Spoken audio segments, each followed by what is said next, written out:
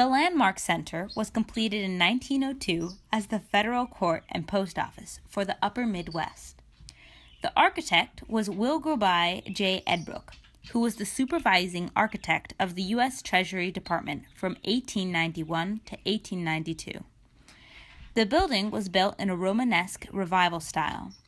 The inside has a 5-story courtyard with skylights. It took $2.5 million to create. Many famous cases were tried in the Landmark Center's court, including those of several members of the Barker Karpus gang. The gang was one of the most famous of the Great Depression and was known for robberies and kidnappings. Most of the other notable cases in the court related to the sale of illegal alcohol during Prohibition.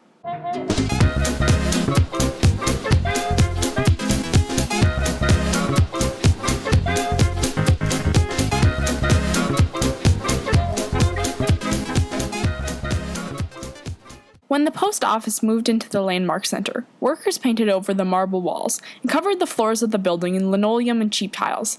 They also painted over some of the building's skylights. The post office occupied the ground floor of the building until 1934. By the 1960s, most of the government offices had relocated, and the building was left empty. The Landmark Center was due to be demolished in 1972, but was saved by citizens and placed on the National Register of Historic Places in 1973. The Landmark Center went into renovation in 1972 and was reopened in 1978 as a nonprofit historical site. Now, the building is used for a variety of purposes. It houses several different art organizations and galleries, including the Schubert Club Museum of Musical Instruments. It also has several exhibits about the building's history. Sections displaying old courtrooms or FBI offices are accompanied by information written on the walls. Other exhibits, such as the Historical and Cultural Instruments section, had instruments that you could play and experiment with. These instruments weren't just from Minnesota. They included instruments from Asia, Europe, North America, and other parts of the world. Additionally, the open first floor is used to hold large events such as weddings. Okay, we're here with Gabriel, our museum guy. What was this building used for before, Gabriel, and now and stuff? Yeah, so this building has been used for a lot of things. On our floor specifically at the Schubert Club, the FBI used to own it. So we have the vaults here and the safes here. Downstairs there used to be actually a glass ceiling, and the post office used to run down there. And so they had the glass ceiling for privacy, so you weren't snooping on anyone's mail. Gotcha. So what was this room used, or like what was it used for before it was designated to instruments and such? Yeah, so probably FBI files, all the confidential classified stuff that is really interesting, makes really good TV shows and movies. They probably had offices in here with their desks. And yeah, just worked on Prohibition. I know that was a very specific one that got worked on in this room, so yeah. Do you like working here? I do, I love working here. Yes, I love instruments and the history of instruments and music. Yeah, we can tell.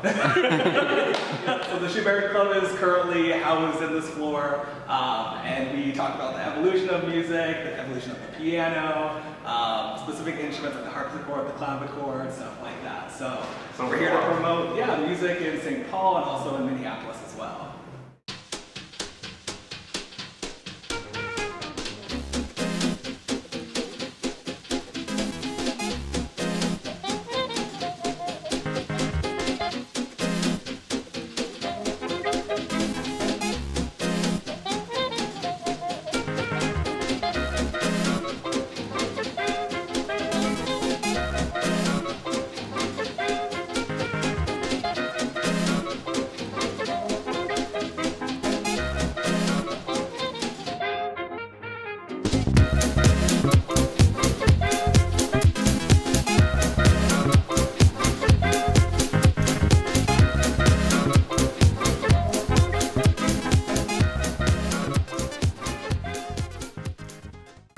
Is its name Schubert? It's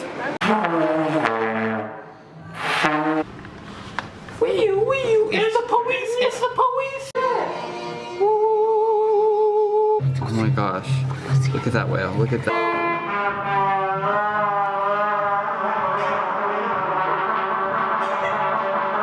You know, I kind of feel like we're gonna die now. I like it. If we die on camera, that'd be pretty neat. Like extra credit, probably. Yeah. Ooh, that's Emma? history right there. You Look at like that fine history. Ooh, look at all that history.